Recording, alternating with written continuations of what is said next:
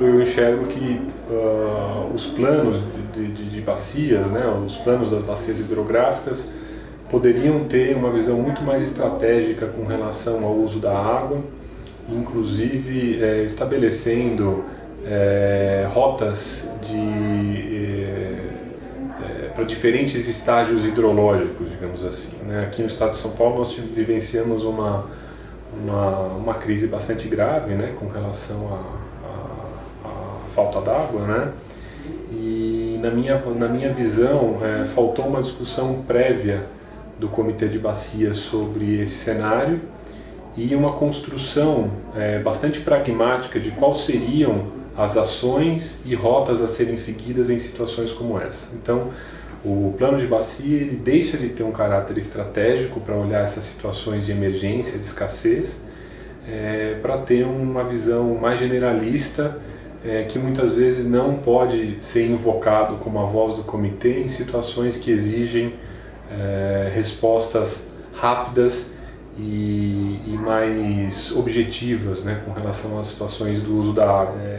O que acho que ainda não temos, que eu não sei exatamente como, é um plano B, né? Porque a gente não tem plano nenhum que eu entenda assim da emergencialidade. Se parar de novo de chover, ainda não tem, apesar dessas obras que foram feitas aí, né? Ou iniciadas, ou aí que foi essa decisão de gabinete, né? Que foi feita. Então, nós tivemos aqui o evento da crise hídrica, né? A crise hídrica se iniciou no final de 2013, né? E se estendeu até princípios de 2016. Então, digamos, foram 2 anos e meio de crise hídrica que nós tivemos aqui na região, fortíssima, a pior que houve historicamente, não há dúvida. Mas a participação do comitê nessa crise hídrica foi uma participação pífia, tá? Não, diria assim, foi uma ausência do comitê, reflexo da pouca importância que se dá a esse fórum dentro das discussões de algo que era fundamentalmente um negócio desse comitê, né?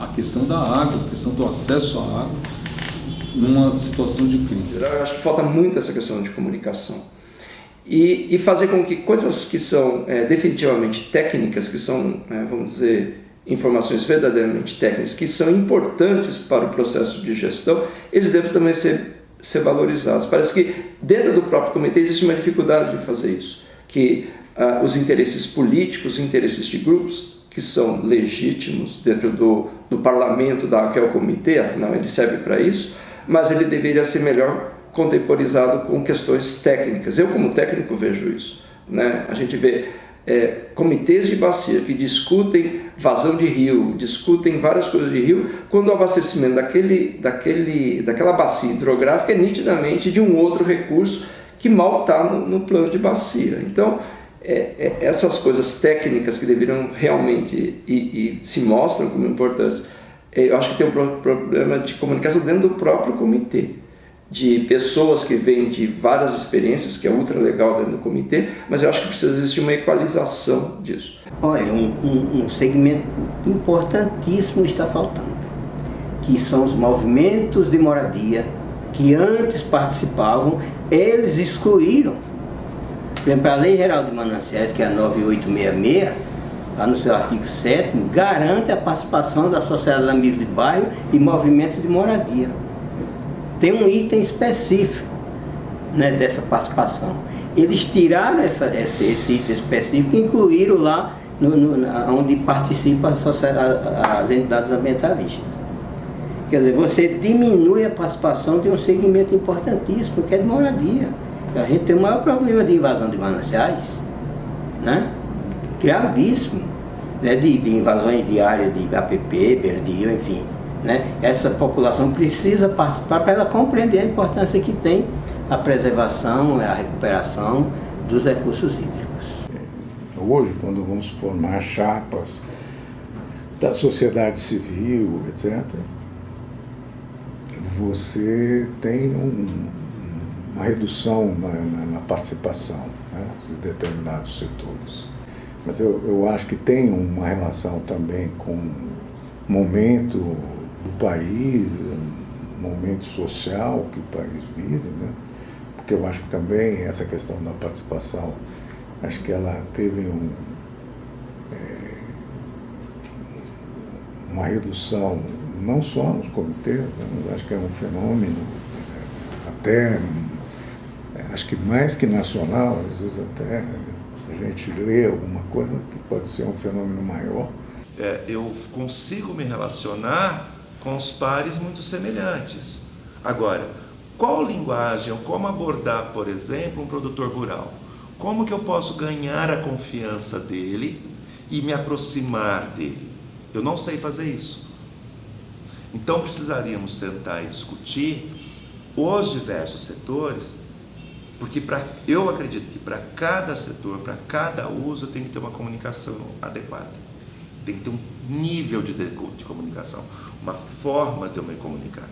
Não é informado a população como que a água chega, como que ela é tratada, quais são os cuidados, ou seja, você não dá informação. A gente está com o hábito de abrir a torneira e a água para sair. Até há 2 anos atrás, teve diversos percalços, principalmente com a introdução do cobrança da água. Talvez o comitê foi montado até atropelado, talvez, de tal forma que os municípios contribuíam financeiramente para a manutenção do comitê, só que na hora que falou está instalada a cobrança d'água, os municípios praticamente deixaram de contribuir e passou uma fase muito triste. Até a situação dos diretores colocarem financeiramente para sustentar a estrutura. Tivemos 2014 e 2015 da falta da chuva, etc. Nós verificamos que, efetivamente, o governante ainda não está ciente ou não tem um compromisso com o comitê. Então. Nesse período que eu participei, nós participamos de desenvolvimento de algumas leis específicas, onde buscassem dar a devida orientação, a devida diretriz de como proceder, né? E eu acho que até aí o comitê tem um papel muito importante e faz isso muito bem. Eu acho que fica alguma coisa a mais, como fiscalizar. É lógico que não fica só na mão do comitê, né? Porque uma lei, ela não é de responsabilidade de fiscalização do comitê. Mas nós temos esse papel também, se não fiscal, mas de apontar as falhas, os erros e tal. Isso ainda percebo muito pouco dentro dos comitês. Eu percebo muito forte a parte das diretrizes, do desenvolvimento, dos estudos, das propostas. O que o comitê busca, ele não consegue com seus pares atingir, uma vez que as prefeituras são distantes. Muitas vezes, como representante do comitê, eu não consigo sensibilizar o meu governo em relação ao problema, e esse é um problema recorrente. Vejo que existe na sociedade civil uma fragmentação também forte entre os usuários e a questão de quem desenvolve projetos, ONGs, mecanismos. Ainda não existe uma ação articulada. E o governo do estado, essa é uma opinião totalmente pessoal, ele age muitas vezes em bloco, o que não acaba puxando o melhor resultado, seja de uma fundação florestal, em relação a uma Sabesp. Eu vejo que esse conflito muitas vezes ele é direcionado numa votação em bloco por uma questão política. Então, quando a gente fala a eficácia relativa, por quê? Porque na realidade dificilmente uma votação não é rachada, dificilmente o Estado não perde uma votação. Nós, claro, estamos à frente, o DAE, a CETESB, Secretaria de Infraestrutura e Meio Ambiente, nós estamos ali atuantes, etc., até por força de ofício, mas as demais secretarias têm muita dificuldade em verificar nesse comitê a sua atuação mais expressiva. Então, há problemas de representatividade do Estado. Nos municípios, eu já disse, há um desinteresse. E da sociedade civil, por via de consequência, não conseguiu se tornar um polo representativo com representações, em alguns casos, não vou dizer em todos, muito atomizadas, de grupos muito específicos dentro desse conjunto de bacias, de modo que você não conseguiu fazer o objetivo inicial. O objetivo inicial do sistema era trazer o território para a política. Essa é a visão, não é porque eu sou urbanista e arquiteto. Eu tenho que trazer o território porque só protege quem está lá. É a velha história que só toma conta quem usa. Como os nossos parques. A gente diz, como é que eu protejo os parques? Deixe usar uma parte dos parques, porque os caras vão tomar conta. Se eu seguro os parques da sociedade, então vão invadir, vão tirar, vão retirar, e fica muito difícil de proteger. Do mesmo modo, a água. A ideia era trazer a população para perto da política de água. Essa capacidade de influenciar esses fóruns de discussão também é imprescindível para que a gente possa, de fato, fazer política de saúde pública dentro de espaços mais amplos do que não só o setor específico da saúde, né? Dentro do Sistema Único de Saúde é onde nós atuamos diretamente, né? Mas é importante que o Sistema Único de Saúde ele possa estar também conversando dentro dos comitês. Tanto é que nós criamos já há bastante tempo um programa aqui específico que é o SUS nos CBHs, né, nos Comitês de Bacias Hidrográficas, e que é interessante, que permite que nós possamos ter essa relação, né, esse diálogo entre uma estrutura, né, um sistema de saúde e um sistema específico de gestão integrada de recursos hídricos. Interessante. Eu acho que o mais difícil de tudo na questão da governança foi sempre o papel federal. A federação foi muito mais difícil de entrar por causa dos comitês interestaduais que tinham ranço ainda, na CEIVAP, sei não sei o que tinha um ranço também dessa concentração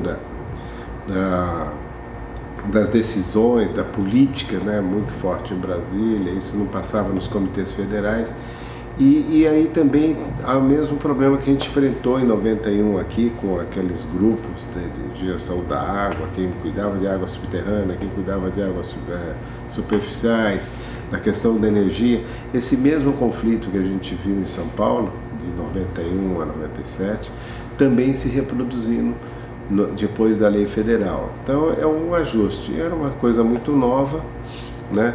E hoje a gente vê essa adequação. A eficácia de você poder pegar os recursos, por exemplo, da cobrança da água, da compensação ambiental, que existem, e empregá-los, né, usá-los em projetos que beneficiem a sociedade como um todo, esse processo está indo bastante devagar, porque, por um lado, a regulamentação, as normas são boas para evitar que esse dinheiro se escoa pelo ralo, fazendo uma analogia, para que o dinheiro escoa pelo ralo, mas, ao mesmo tempo, eles engessam muito o processo. Então, fica muito difícil para prefeituras, para organizações da sociedade civil e muito menos para associações comunitárias poder ter acesso a esse recurso.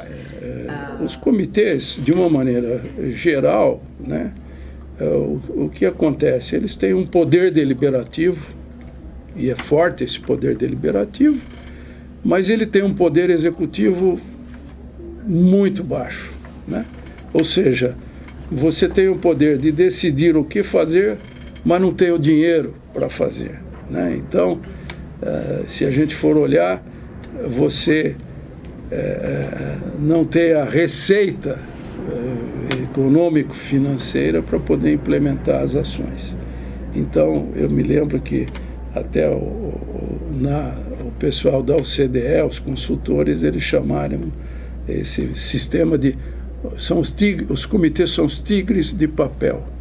Quer dizer, poderosos, mas inofensivos, ou coisa desse tipo, né?